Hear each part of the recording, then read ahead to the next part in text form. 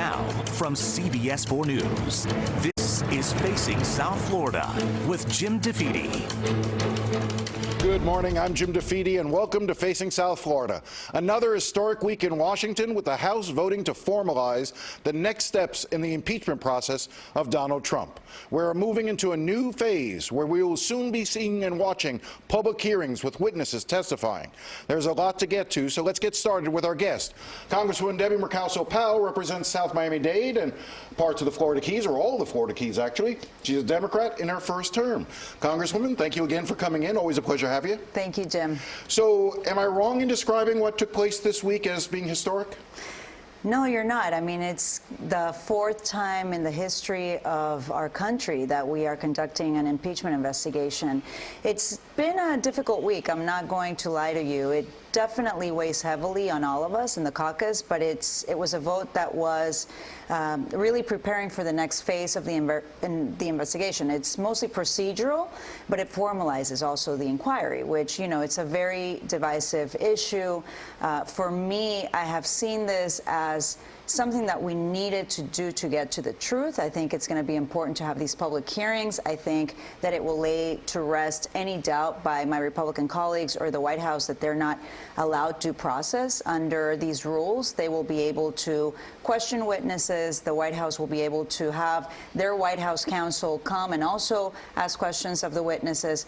But I think bottom line, it's important to find the truth, and it's important for the public to know what's happening under this administration. The major criticism so far by Republicans has been that the process up to this point, with the three committees, House Oversight, Foreign Affairs, and led by the Intelligence Committee, have been meeting behind closed doors and taking depositions that have not been open to the public. Republicans have been in the room, Republican members of those committees. I think there's about 47 Republicans who are entitled to be in there, along with their counsel. But the public doesn't really see that. And when the public hasn't seen the transcripts yet. And so as a result, they're saying that the process is sort of being hidden from the public. No. So what the House Intelligence Committee has been doing is with precedent. This has happened under the Clinton administration and under also Nixon when they were conducting the investigation. It's nothing new. All the rules have been followed. That's just for them an excuse because they really can't defend the president.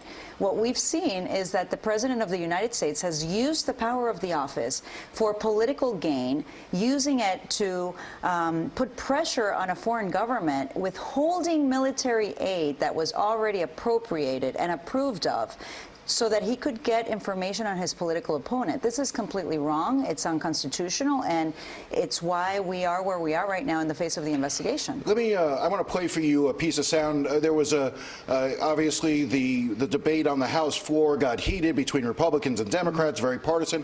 Here is Steve Scalise, the #2 Republican in the House. This is the way he described what the process has been up to this point. Let's play that sound. This is unprecedented. It's not only unprecedented, this is Soviet-style rules. Maybe in the Soviet Union, you do things like this, where only you make the rules, where you reject the ability for the person you're accusing to even be in the room, to question what's going on, for anybody else to call witnesses, when only one person has the right to call witnesses. And as we saw just the other day, the chairman was literally directing the witness to not answer certain questions by the Republicans. What kind of fairness is that? Soviet-style rules? Look, they accuse us of drama, of theater, and that's exactly what you just saw from Representative Scalise. And I want to remind Representative Scalise that when they had the majority in their party and they were conducting similar investigations against Benghazi. Exactly. The chairman or the chairwoman has the complete authority to make decisions on how those proceedings are being conducted. And it's been very difficult for the minority party to be in the minority. I have seen it from day one when I got sworn in.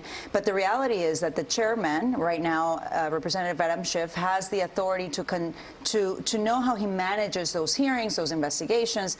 That's written in the House rules. So maybe Representative Scalise needs to go back and read the House rules. And one of the things you pointed out, there are actually, in a couple of cases, there are more rights given to the president under this process that you've now outlined than was given to, for instance, President Bill Clinton. For instance, I don't think Bill Clinton had the right to have his attorney cross-examine witnesses during committee hearings, which he will be able to when it comes to the Judiciary Committee, correct? Absolutely. We want to make, and it's not just me, it's not a few of us, it's the entire caucus. We want to make this investigation as transparent as possible. We want to conduct the investigation in a just and fair manner. I think it's important for the president to be allowed to respond to witnesses' testimonies. I think that that's fine. I think it's important for us to see what they have to say or what they'd like to bring out. And I should have pointed out earlier, you sit on the Judiciary Committee. Ultimately, this will all come to your committee. One of the interesting things that these rules now lay out is that rather than what we've typically seen, which is individual members of the House, 5 minutes by one Democrat, then followed by 5 minutes by a Republican, 5 minutes by a Democrat, 5 minutes by a Republican, until everyone gets a chance to speak. These rules will be different. What we'll see is closer to what we saw during the Watergate hearings, where you can have, for instance, the Democrats can have their counsel, their professional staff, do the questioning of witnesses in either 30 or even 90-minute blocks so that you try to get to the truth a little bit better. Is that the idea? That's exactly right. Just to give you an example, I was on Transportation and Infrastructure this week. We were having a hearing with the Boeing executive on the 737 MAX, and the chairman, approved by the committee members, changed a little bit the rules so that him and the ranking member would have at least 10 minutes to start with the questions for the president, the CEO of Boeing. So those rules change depending on the hearing, and I think it's going to be important so that people see the real story and it's not interrupted by these 5-minute intervals. What does it tell you that not a single Republican voted for the inquiry to move forward with these rules? For me, it's interesting. I've been thinking a lot about it, Jim, and as I was flying back home, what I'm seeing is that my Republican colleagues are intently protecting the president, and they're not thinking about their constituents. They're not thinking about the future of our democracy. They are not conducting themselves in a way that's transparent.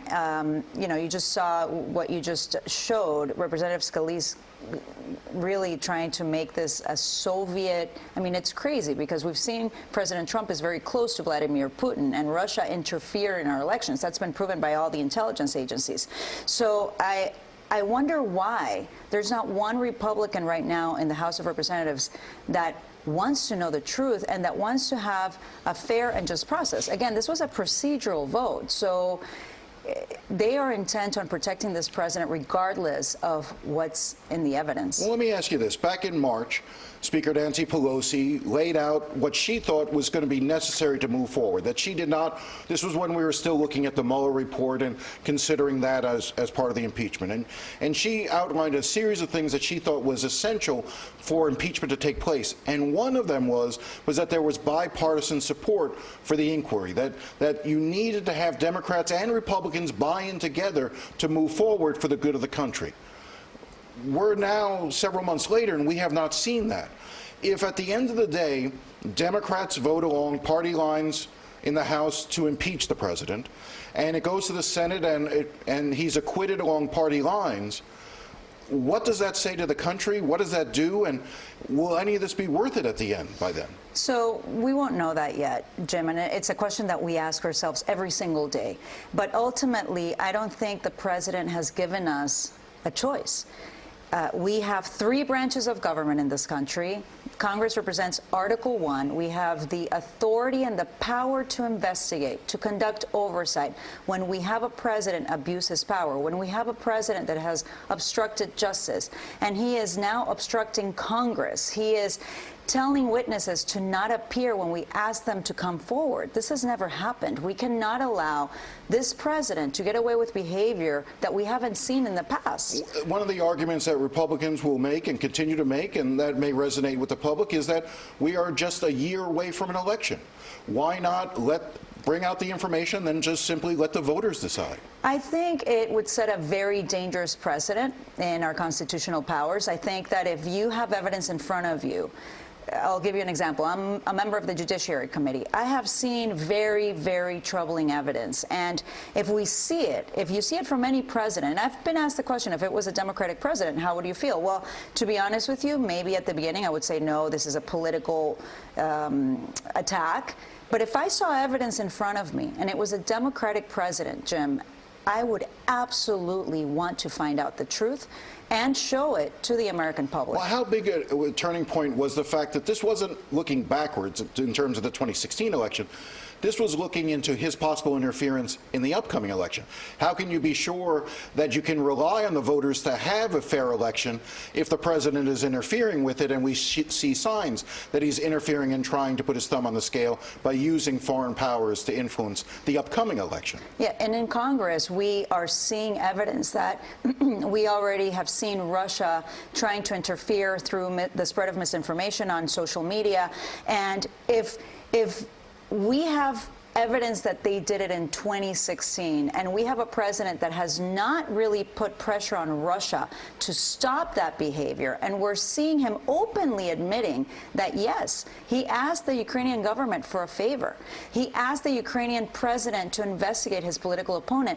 This is abuse of power, and we need to protect our democracy, and this is a chance to do it. And I hope that the public, through these public hearings, can understand what just happened a couple of months ago. I think the key is, it's not just that he asked for an investigation into his political opponent. What he specifically asked for was a public announcement that the Bidens were being investigated. And that came through evidence, through the investigation, that came because Ambassador Taylor came forth, a patriot, a career diplomat who has served under Republican and Democrat administrations. So he actually outlined how he wanted the president to come out in public. And he was using the president of Ukraine, and he was withholding military aid that had already been approved. That also threatens our national security. Right. He wanted the public announcement so that it could be used against to smear Biden here. Whether it resulted in anything in Ukraine was secondary to just the announcement of the investigation. We got to take a break here because I do want to move on to other things. We're going to take a break. We're going to come back. We're going to talk about the closing of Homestead. We're going to talk about the USMCA, the trade deal, other things that are taking place in Congress when we come back with Congresswoman Debbie Mucarsel-Powell.